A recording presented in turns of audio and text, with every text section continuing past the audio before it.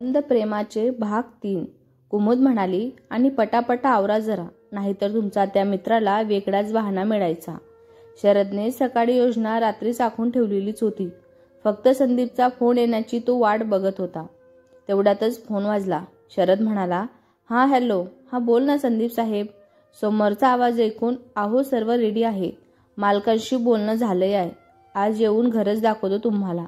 म्हणजे मालकाशी गाठभेट करून दिली की मी मोकळा.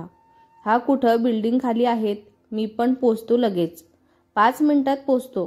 5 मिनिट बोलून शब्द दिल्यानुसार बरोबर त्याने 1.5 तास वाट बघायला लावली होती आणि तो गाडी घेऊन बिल्डिंग जवळ आला.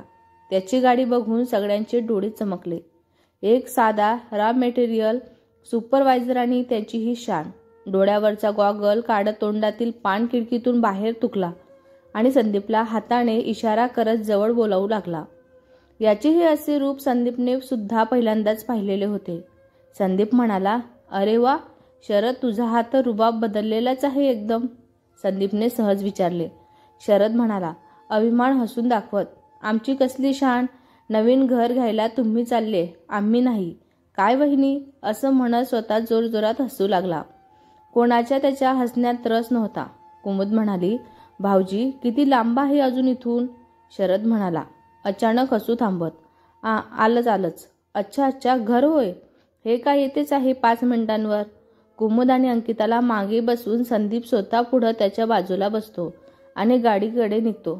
घर असं आहे, घर तसं आहे, असा एरिया, तसं लोकेशन, हे सगळं पुन्हा पुन्हा सांगत तो गाडी चालवत असतो. अर्धा तास झाला तरी घर काही येत नाही. कुमुद म्हणाली, काय हो भाऊजी, तुमच्या मुंबईला 5 मिनिटं म्हणजे 1 तास असतो की काय. अर्धा तास झाला तरी 5 मिनिटं नाही झाली म्हणून म्हटलं. कुमुदचा हा टोमणा ऐकून त्याच्या हृदयाला लागलंच होतं. पण हसण्यात घालून तो म्हणाला. शरद म्हणाला, अहो नाही वहिनी, ती बोलायची पद्धत असते. 5 मिनिटं हे बघा, आता पुलं लेट मारलं की आलंच. यावेळी खरंच मी जागा आलेलीच असते. सर्व तिथे खाली उतरतात आणि एका भूत बंगल्यासारख्या दिसणाऱ्या घरांसमोर उभे राहतात. शरद म्हणाला, पहा कसा वाटतो तुम्हाला. संदीप म्हणाला, काय कसा वाटतो म्हणजे. संदीप आश्चर्य करत म्हणाला, अरे हे घर आहे. कुठे आहे. हे काय समोर. अंकिता म्हणाली, हे घर आहे का, मला वाटलं भूत बंगला आहे. अंकिता हसत म्हणाली. कुमुद म्हणाली, भाऊजी मस्करी सोडा आता आणि घर कुठे आहे ते दाखवा बरं. शरद म्हणाला, चेहऱ्यांवर गंभीर भाव आणत, अहो मस्करी कसली वहिनी साहेब, हेच तर घर आहे ना, ज्याच्याबद्दल तर मी बोलत होतो तेच घर आहे. जरा जुनं आहे पण तो मालक रिपेअरिंग करून देतोय ना आपल्याला. संदीप म्हणाला, रिपेअरिंग, या घराला रिपेअरिंगची नाही, डिमोलिशनची गरज आहे. संदीप जरा चिडून म्हणाला. कुमुद म्हणाली, काय भाऊजी, किती विश्वास केला आम्ही तुमच्यावर, आणि तुम्ही हे कसलं घर दाखवताय आम्हाला. शरद म्हणाला हळुवार आवाजात, वहिनी आपलं बजेट बघा ना आधी. संदीप म्हणाला, बजेट एवढं पण कमी नाही आहे शरद, 2 लाख ॲडव्हान्स पण दिले आहेत मी. संदीप म्हणाला. शरद म्हणाला, दिले ना, मी कुठं नाही म्हणलो, पण ही मुंबई आहे आणि तुमच्या बजेटमध्ये असेच घर मिळणार, स्पष्टीकरण देत शरद म्हणाला. अंकिता म्हणाली, शीट यार, ही काय फालतूगिरी आहे. मामा मी नाही राहणार इथे, ही कचरा कुंडी पण किती जवळ आहे ना. अंकिता नाक चिमटीत धरून म्हणाली. कुमुद म्हणाली, आणि स्टेशनपासून पण किती लांब आहे ना, रस्ता पण किती खराब, याच्यापेक्षा छान रस्ता आमच्या गावाला होता. शरद म्हणाला, आता कसे म्हणताय गावाला. गावाला होता, पण हे गाव नाही आहे वहिनी, हे शिरगाव आहे. पुन्हा स्वतः जोरजोरात हसू लागला. अर्थात त्याच्या या विनोदांवर कोणीच हसले नाही. उलट सगळे गंभीर चेहऱ्याने त्यांच्याकडे बघत होते. शरद म्हणाला, पुन्हा स्वतःहूनच हसू थांबवत म्हणाला, मग काय करायचं. संदीप म्हणाला, काय करायचं म्हणजे, आम्हाला नको हे घर, तू दुसरं कुठलं घर असेल तर सांग आम्हाला. शरद म्हणाला, अरे बापरे, हा तर मोठा प्रॉब्लेम झाला. 2 लाख त्या मालकाला टोकन म्हणून दिलंय मी. कुमुद म्हणाली, ते त्यांच्याकडून घ्यावे लागतील. तसंही घराचं काही रिपेअरिंगचं काम झाल्यासारखं वाटत नाही आहे.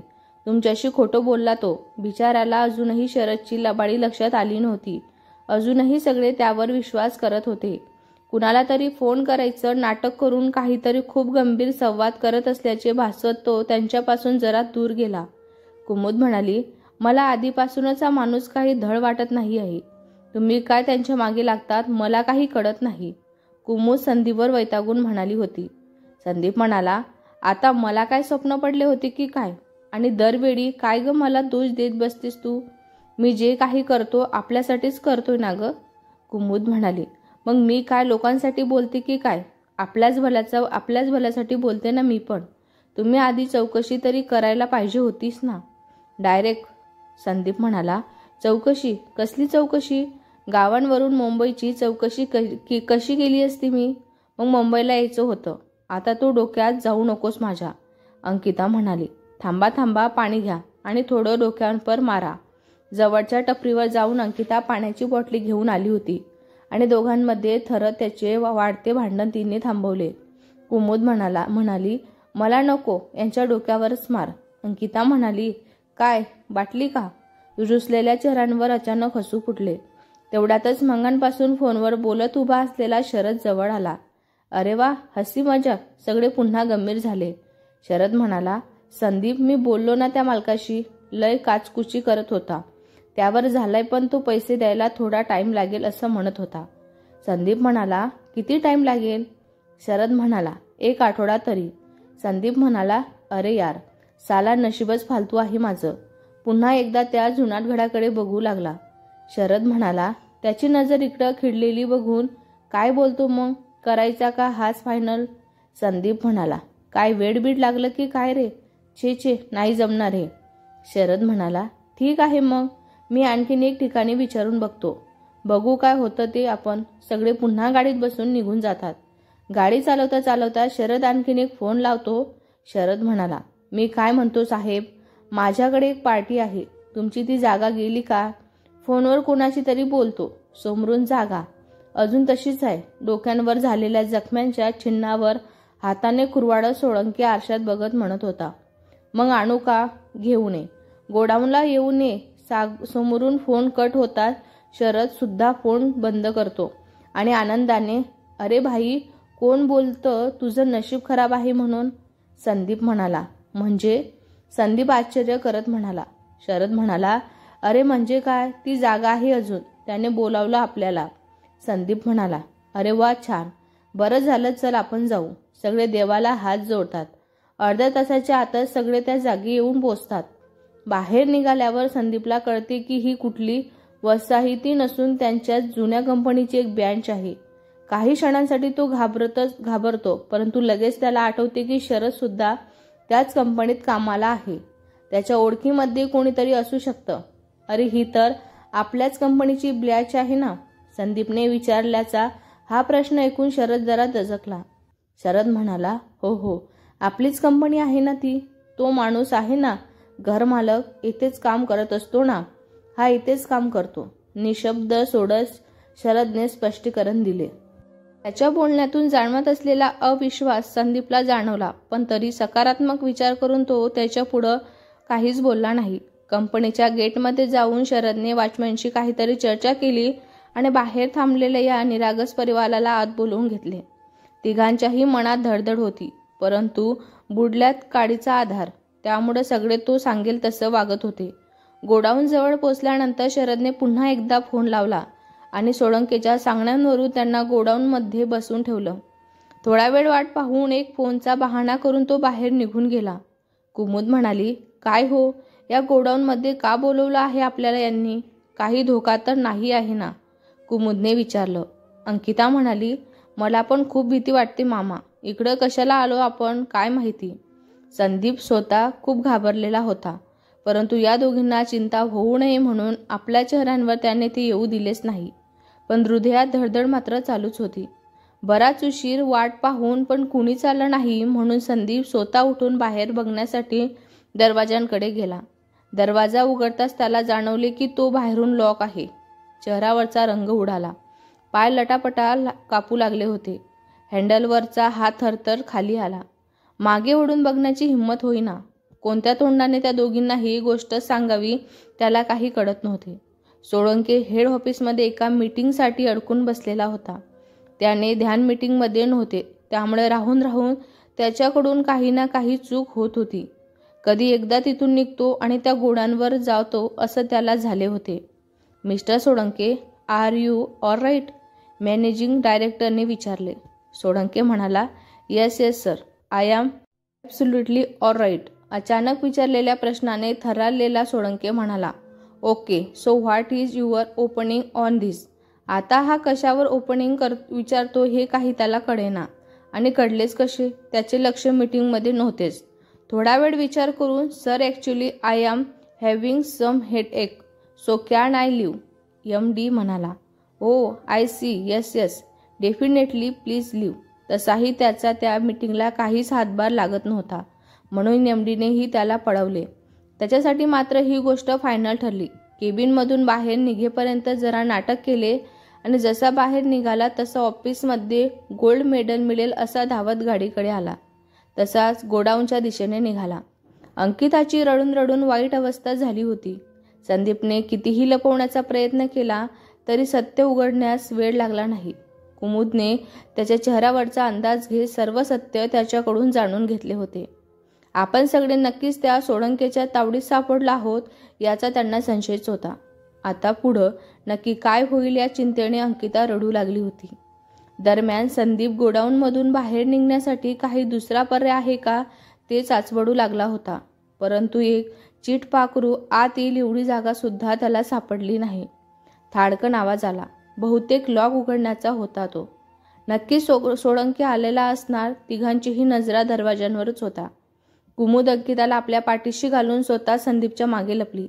संदीपनेही सुरक्षा म्हणून तेथील एका कीटकनाशकांचा स्प्रे हातात घेतला होता. दरवाजा उघडला आणि अंधारलेल्या गोडाऊनमध्ये हलकासा प्रकाश पडला. सोळंके नव्हता, पण तरी संदीपसाठी चेहरा ओळखीचाच होता. त्याला पाहून संदीपच्या जीवात जीव आला. हातातील स्प्रे अलगद हातातून सुटून खाली पडला. संदीप म्हणाला, सारंग? सारंग म्हणाला, संदीप? अरे संदीप म्हणाला, काय रे भाई, का राईट टाईमला आलास तू? असं म्हणत संदीप त्याच्या दिशेने धावला. त्याला मिठी मारत त्याचे आभार प्रगट करू लागला होता. सारंग एकेकाळी संदीपच्या प्रोजेक्टमध्ये असिस्टंट म्हणून काम करत असे, पण काही महिन्यांपूर्वी त्याला प्रमोशन देऊन मुंबईला ट्रान्सफर करण्यात आलेलेच होते. त्याची आणि संदीपची चांगलीच ओळख होती. मुळात या शरदचा नंबर सुद्धा त्याने संदीपला दिलेलाच होता.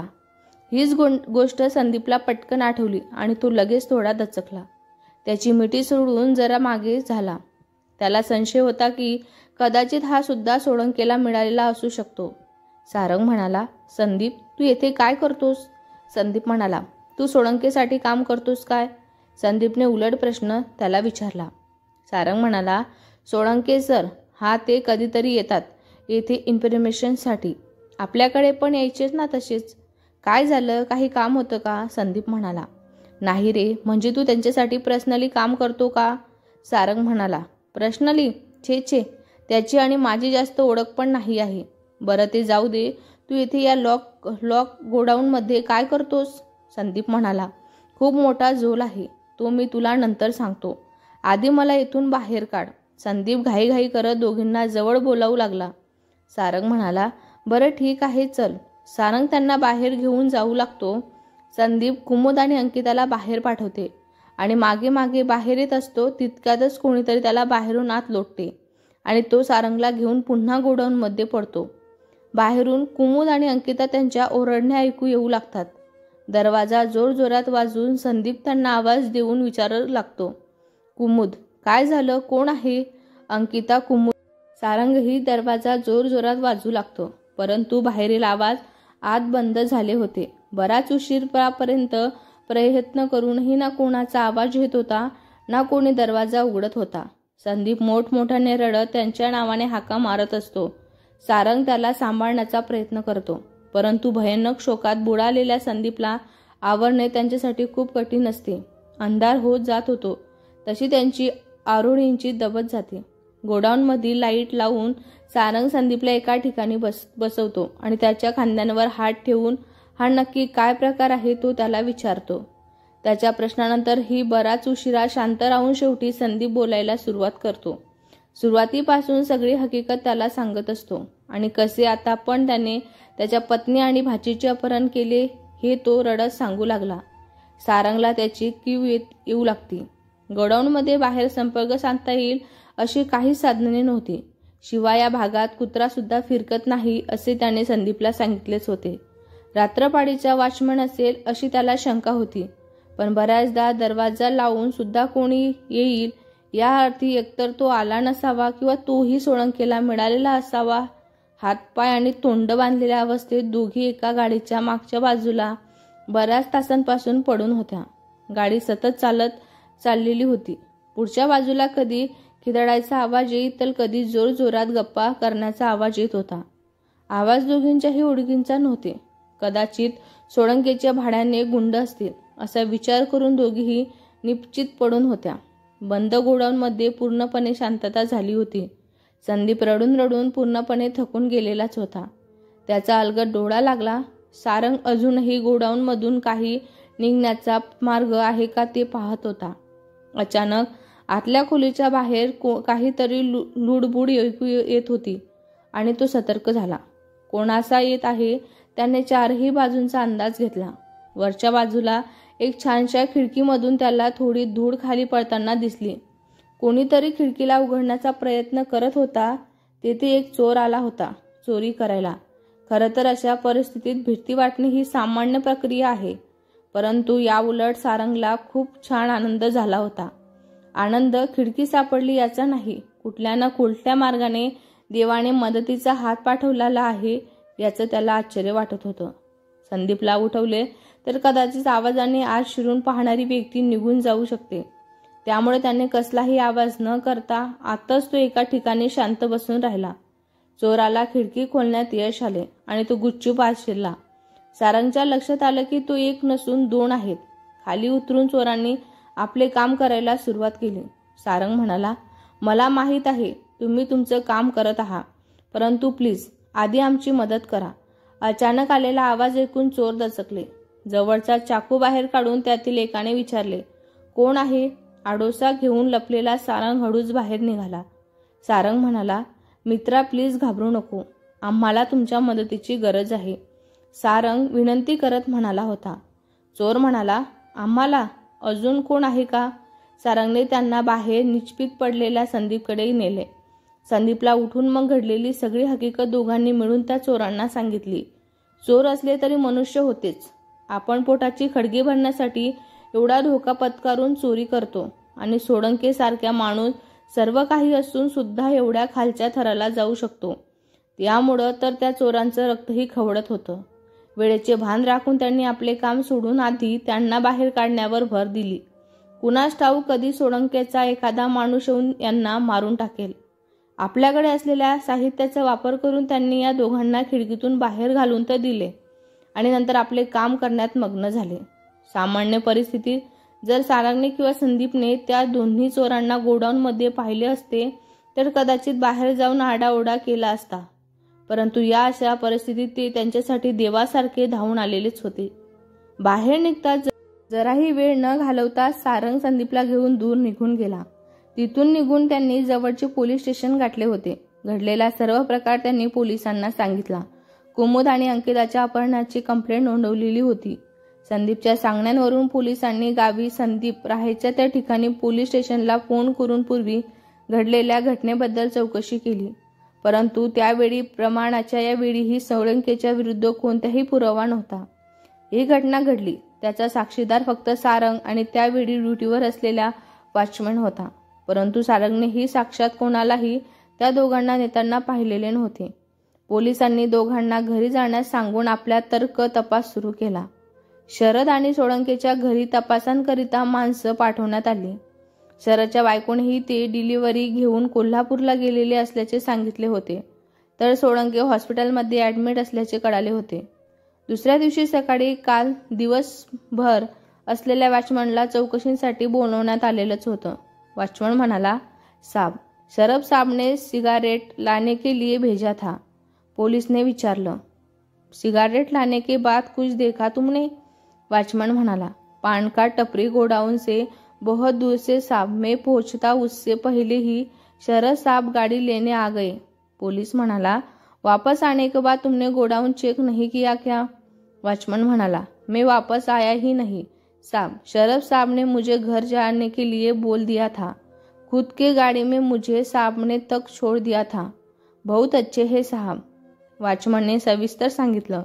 पोलीस म्हणाला, गाड़ी में तुमने किसी औरत और लड़की को देखा क्या, या कुछ आवाज वगैरह सुनी. वॉचमन म्हणाला, नहीं साहब, शरद साहब तो अकेले ही थे. शरद आला होता हे वॉचमनच्या जबानीवरून सिद्ध होत होतं. तरी अंकिता आणि कुमुदला पळवून नेणारा जाणारा तोच आहे हे सिद्ध होत नव्हतं. त्यामुळे आता हॉस्पिटलमध्ये ॲडमिट असलेल्या सोळंकेची चौकशी करण्यासाठी पोलीस हॉस्पिटलमध्ये गेले होते. तेथे जाऊन कळाले की सोळंके साधासुद्धा ॲडमिट नसून ICUमध्ये आहे. हार्ट अटॅकमुळे त्याला ॲडमिट करण्यात आलेलंच होतं. अटॅक आला तेव्हा तो घरी होता हेही त्याच्या नोकरांकडून कळाले होते. त्याची जबानी घेणे तर आता अशक्यच होते. त्यामुळे सर्व काही आता शरदवर अवलंबून होतं. त्यामुळे पोलिसांनी त्याला फोन करून ताबडतोब मुंबईला परत येण्यासाठी सांगितलेलेच होते. पोलिसांनी संदीपला सर्व प्रकार सांगण्यात आला. संदीपला तर काही सूचनाचं झालं होतं. हे सर्व विलक्षण होतं. त्याची भीती होती. तो हॉस्पिटलमध्ये ॲडमिट होता. मग हे सर्व कुणी केलं असेल. अंकिताला जाग आली. गाडीची हालचाल थांबल्याचे तिला जाणवले. तिने प्रयत्न करून मामीला उठवण्याचा प्रयत्न केला, परंतु अतिशय थकवामुळे ती कदाचित बेशुद्ध पडलेली होती. गाडीचा मागचा दरवाजा उघडा होताच आणि दोघांना उचलून बाहेर काढण्यात आले. आजूबाजूचा परिसर पाहून अंकिता थक्क झाली. ही तिची जागा होती जिथे ती तिच्या मामा मामीसोबत राहत होती. संदीपला कंपनीकडून मिळालेलं घर. गुंडांनी दोघांना घरात आत वरच्या बेडरूममध्ये नेऊन टाकले. दरम्यान कुमुदलाही जाग आली. रूममधील सगळ्या कुंड्या आणि इतर वस्तू बाहेर काढून टाकण्यात आल्या होत्या. आपण कल्पनाही करू शकत नाही हे कोणाचं काम असू शकेल. खिडक्या सील करण्यात आल्या. दोघींना बंधनातून मुक्त करण्यात आले. अर्थातच दोघींमध्ये इतकी शक्ती राहिलेली नव्हती की त्या या हट्ट्याकट्ट्या पैलवानाशी 2 हात वर करून शकतील. त्यांना आत बंद करून गुंड बाहेर बसून राहिले. दोघे आतल्या बाथरूममध्ये कशा बशा फ्रेश झाल्या. थोड्या वेळात एक गुंड एक ब्रेडचं पॅकेट आत फेकतो आणि सोबत एक पाण्याची बॉटलीही आत सोडतो. भुकेने व्याकुळ दोन्ही त्यांच्यावर तुटून पडतात. पोटाला थोडा आधार मिळाल्यानंतर दोघींची हालचाल सुरू होते. कधी जोर जरा दरवाजा वाजवतात तर कधी खिडकी तोडण्याचा प्रयत्न करतात. बाहेर उभ्या असलेल्या गुंडांना आधी विनंतीही करून बघतात, परंतु त्यांची काहीही प्रतिक्रिया न आल्याने आतून मोठमोठ्याने ओरडून त्यांना काही वाईट शब्द बोलू लागतात. परंतु काही क्षणात जेव्हा पाण्यात टाकलेल्या औषधांचा प्रभाव सुरू होतो तेव्हा दोघींच्याही डोळ्यांसमोर अंधारी यायला सुरुवात होते. बघता बघता दोघीही बेशुद्ध पडतात. दोघी शांत होताच तसे चौघे गुंड घराच्या बाहेर येतात. तेथे शरद त्यांची वाट बघत असतो. तुमचं काम झालेलं आहे, आता तुम्ही निघू शकता. हे घ्या, सध्या एवढे ठेवा, बाकी सोळंके साहेब मुंबईला गेल्यावर देतीलच तुम्हाला. काही पैसे त्यांच्या हातांवर टेकून तो त्यांना जाण्यास सांगतो. गुंड निघून गेल्यावर हपापलेला शरद घरात येतो. बेडरूमचा दरवाजा उघडून आत डोकावतो. दोघीही बेशुद्ध अवस्थेत बेडवर पडलेल्या असतात. त्याला अडवणारे येथे कोणीच नसते म्हणून तो बेधडकपणे आत शिरतो. कुमुदच्या ओठांचे चुंबन घेत असतो की तितक्यातच त्याचा मोबाईल वाजतो. वैतागून उठतो आणि फोन बाहेर काढतो. सोळंकेचा नंबर बघून शरद म्हणाला, सालं हे म्हातारं ICU मधून फोन करतोय मला. फोन उचलून, काय साहेब, मी ऐकलं वाघ शिकार करण्याआधीच गडपटलाय. वाघ गडपटलाय? नाही, नाटक करतोय, शरद म्हणाला, तोंड आश्चर्याने चुंबनसारखे करत. नाटक? सोळंके म्हणाला, मग काय? शरद म्हणाला, अहो पण नाटक करायची काय गरज आहे तुम्हाला? सोळंके म्हणाला, साला मला माहीत होतं हा कांड झाला का पलट डाऊट माझ्यावरच येणार आहे म्हणून मी हा सगळा ड्रामा केला. आता पोलिसाचा बाप पण मला याच्यात नाही अडकू शकणार. शरद म्हणाला, वाव साहेब, मला तुमचं पटलं. शरद त्याला चण्याच्या झाडावर चढू लागला. सोळंके म्हणाला, ते सगळं सोड, ती लस मला यांनी रबडीला पोस्त केलं की नाही मी सांगितलं तेथे. शरद म्हणाला, कोई शक, तुमचा कांड झालेलं त्याच रूममध्ये ठेवलंय. सोळंके म्हणाला, अरे वा, शाब्बास, ते टाइम कसा विसरणार. त्या दोन्ही फटाकडीचा त्याच बेडरूममध्ये एक अपमानचा बदला घेणार. शरद म्हणाला, साहेब एक विचारू का? सोळंके म्हणाला, हा बोल ना. शरद म्हणाला, त्या मोठ्या रबडीला बघून बायकोची आठवण यायला लागली साहेब, आता नाही सहन होत. सोळंके म्हणाला, साला हरामी आहेस तू जाम. शरद म्हणाला, नाही आणि तुम्ही साहेब? सोळंके म्हणाला, ए हरामी, आधी वाघ खाणार मग लांडगा. शरद म्हणाला, ती बारकी रसमलाई ठेवतो ना जपून वाघांसाठी. सोळंके म्हणाला, मी नाही बोललं तरी तू काय थांबणार होता थोडा? तुला काय करायचं ते कर, पण बारकीला हात पण लावलास तर तुझ्या फॅमिली सगळं जाळून टाकेल तुला. शरद म्हणाला, बस का साहेब, तुम्हारी अमानत मेरे पास सील पॅक रहेगी. असं म्हणत हसू लागतो. फोन कट करतो आणि सोळंकेच्या नावाने शिव्या घालत पुन्हा बेडरूममध्ये जातो. बेशुद्ध अवस्थेत पडलेल्या कुमुदच्या ओठांना चुंबन करण्यास पुन्हा सज्ज होतो. परंतु बारकीला हात लावलास तर तुझ्या सगळ्या परिवारांना जाळून टाकेल या सोळंकेच्या शब्दामुळं त्याच्या हृदयात एक आग लागलेलीच असते. तिथे मी काय करतो ह्या म्हाताऱ्याला काय कळणार आहे, तो स्वतःशीच पुटपुटतो. कुमुदला सोडून तो अंकिताच्या दिशेने वळतो. तिचे नाजूक होठ पाहून त्याचा रोम आग असते. तिला चुंबन करण्यासाठी तो पुढे सरसावतो. तिच्या नाजूक ओठांवर आपले खरखरीत ओठ टेकवतो. तो त्याचा चुरगळण्याचा प्रयत्न करतो, परंतु तिच्या ओठाला लागलेल्या औषधाने त्याला हलकी हलकी चक्कर येऊ लागते. तो तिच्या अंगांवर कोसळतो. त्याचा घसा सुकू लागतो. त्यामुळे उठण्याचा प्रयत्न करतो. तो पाण्याआधी शोधू लागतो. योगायोगाने कुमुद आणि अंकिता जे पाणी पिऊन बेशुद्ध पडलेले असतात तीच बॉटल त्यांच्या हातात लागलेली असते आणि घाबरून एक एक घोट करून तो उर्वरित बॉटल रिकामी करून टाकतो. परिणामी पूर्वश बेशुद्ध होऊन खाली जमिनीवर कोसळतो. टेबलचा कोपरा डोक्यांवर आदळून त्याच्या डोक्याला मागच्या बाजूला रक्तांची धार लागते.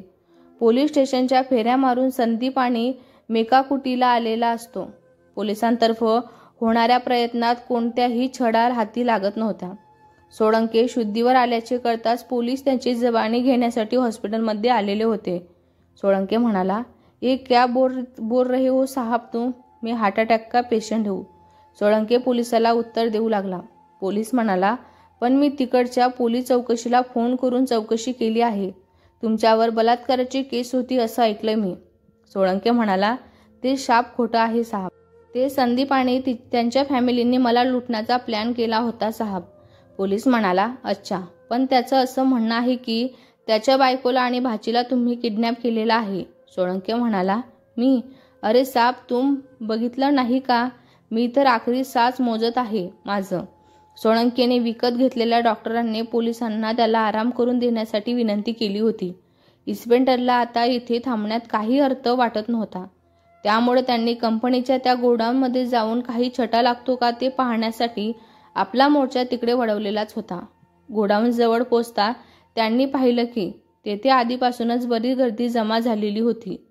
पोलिसांना येताच पाहून त्यातील गोडाऊन मॅनेजर पुढं येऊन पोलिसांना हात जोडून बोलू लागला, बरं झालं साहेब तुम्ही आलात इथे. चोरी झाली साहेब, गोडाऊनमध्ये चोरी झाली. पोलीस म्हणाला, चोरी झाली? कधी झाली? मॅनेजर म्हणाला, काय माहिती नाही साहेब, मी 4 दिवस सुट्टीवर होतो. आज स्टॉक काउंटिंग साठी गोडाऊन उघडण्यावर कळाले की चोरी झालेली आहे. तुमच्या व्यतिरिक्त कोण कोण येतं गोडाऊनमध्ये?